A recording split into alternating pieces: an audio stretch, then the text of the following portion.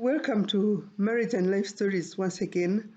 This is a place where we discuss things that build us up, that uplift us, and open our eyes to be sharp, to know how to live in this world that is full of so many troubles and so many good things as well. Our topic today is how to overcome people who want to turn you into a money machine. Yes, you heard me right. There are some people who professionally turn others into money machines. How do they do it?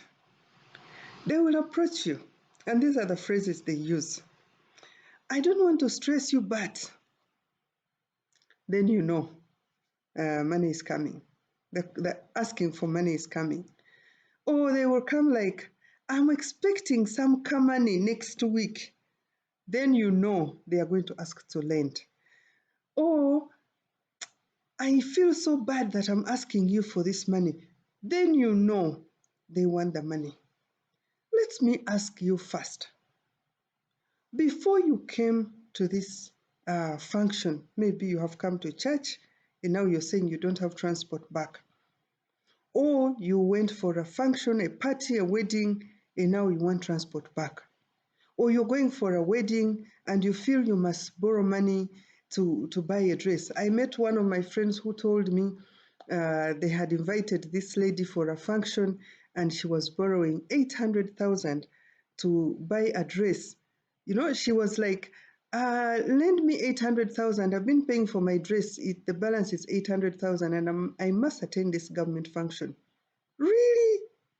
If they have called you for a function that you feel is a high profile and you cannot afford, it means people have seen you the way you are and they want you to come the way you are. So you don't really have to borrow so much money to buy that expensive dress.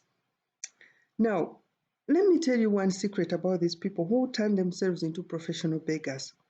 One, you may find they even have rentals. They are asking you to give them money so they can finish. You know, they come like, oh, help me, money. I have a need. There's something that I'm really stuck at. Help me with a 100K. Now, when you give 100K, they go put a window, then they beg another one, they put a door. They have all this property which you don't have. But guess what? You have been giving them money. Others are even dressing more expensively than you, but you continue giving them money. Others are so shameless, they will even ask you for money for fuel, that their car is stuck or their car is in the garage or something, when actually you, the person they're asking, you don't have any money, you don't have a car. But they will ask. And guess what? When your mind is conditioned to meeting other people's needs, and let me tell you, if it is a pastor, they will even say, God is going to bless you. He's going to multiply. If you've given me 100,000, you will get 1,000,000.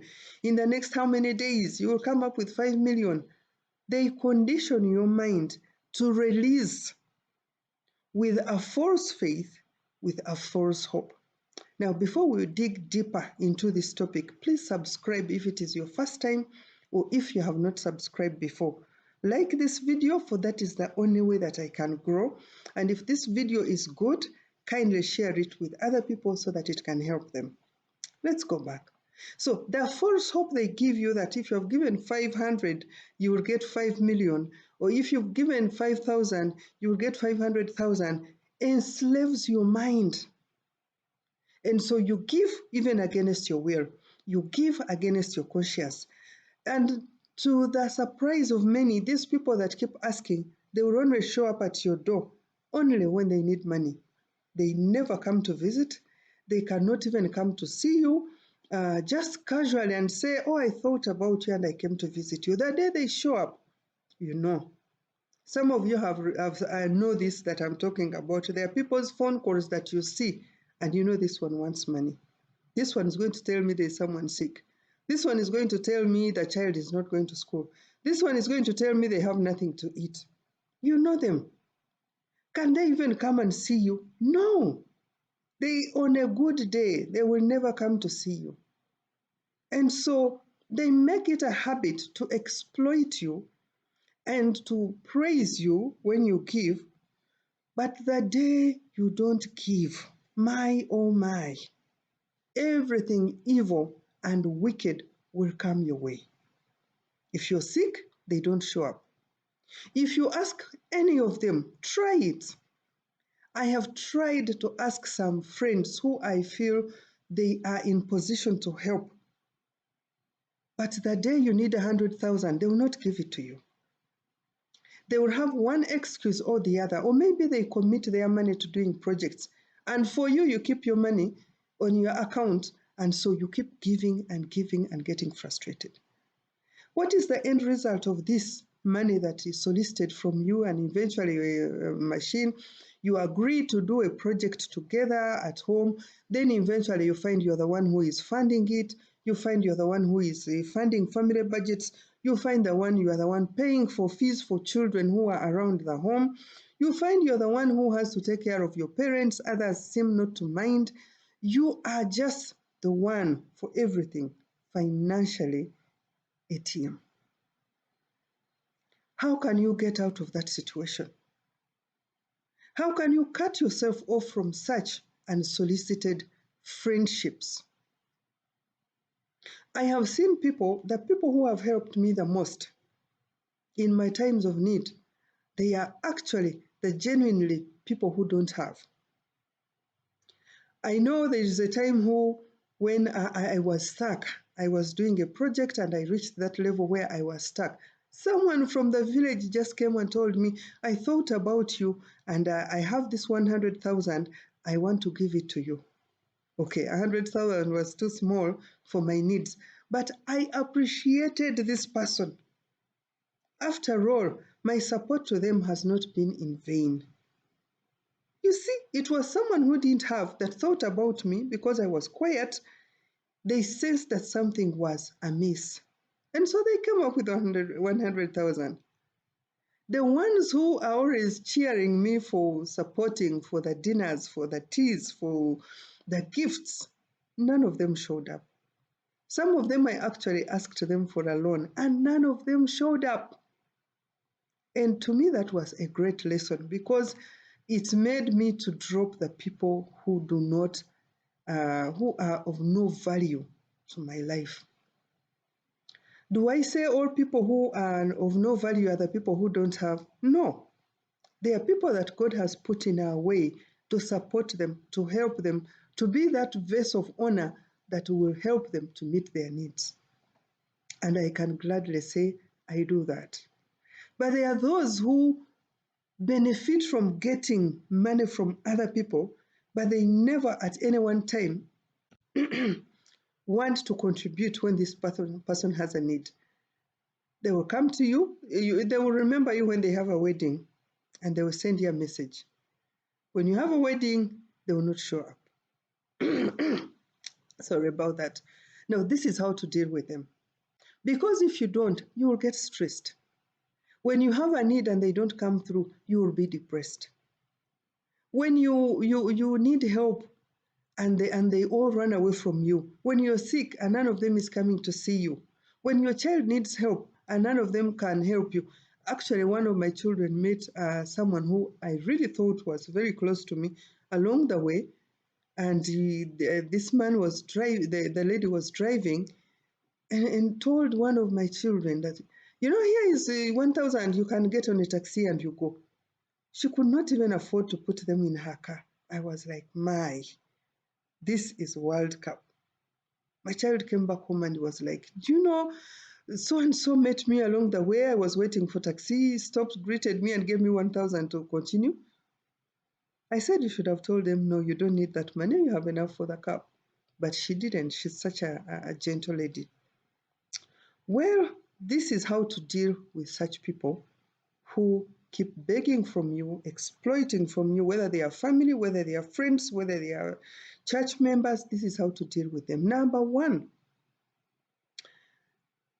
in most cases, you have even lent money they are not even refunding. Be as honest as possible. Tell them you can no longer lend money because you have been disappointed. But if you have an extra small money that you can give, tell them you are asking for 100,000 I have been disappointed lending money. Here is 20,000 if it can help you, and you no longer lend money. I have come to that safe space.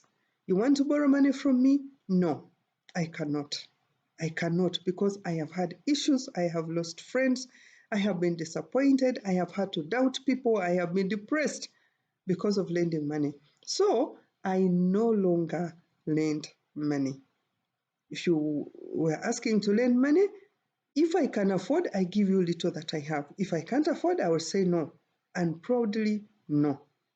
Number two, find an activity, a small project that you can put your money in, so that you don't have to have 5 million on the account and it is there, it's not doing anything, it's not adding any value to you.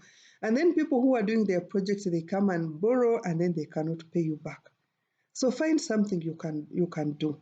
Buy a boda and let someone run it and let it continue to bring for you more money. But put someone to sell for you tomatoes along the way. The funny thing with Ugandan is that we can look at these jobs and we are so judgmental. You cannot sell tomatoes, you can't sell charcoal, you can't even hire someone to do it for you, and then you are poor, and then your money keeps going. So find a project that you can do so that you don't have money. When I learned of that secret, it helped me a great deal. You can't come to me and you find that I have any money on me.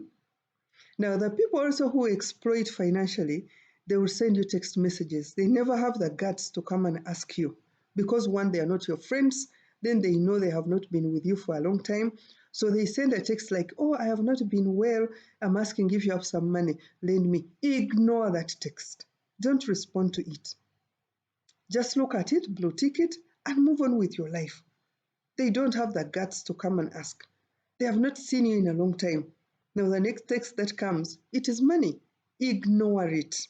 They can only say once that you are a bad person, but eventually they will not come to you with such demands again.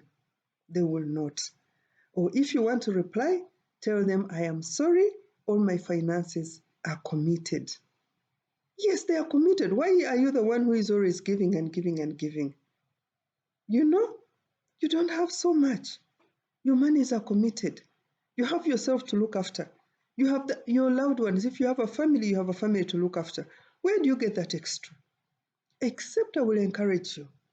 If there is someone really poor, an old man, an old woman, not young people who can work for themselves, charity, widows, orphans, make a budget, a proper budget to give to those organizations, to give to those individuals. But don't turn yourself into a money-making machine, because at the end of the day, your mental health is not going to be good for those constant demands on your finances. Thank you so much. Subscribe, like, share this video. See you another time.